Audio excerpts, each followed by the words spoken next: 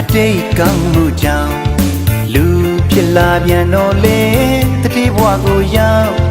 ရွှေလင်းမန်းနဲ့အချင်းစီမင်းသွေးပမာရွှေရောင်တောင်းပညာသင်လဲမပူရမြတ်တပန်းလာသူတရား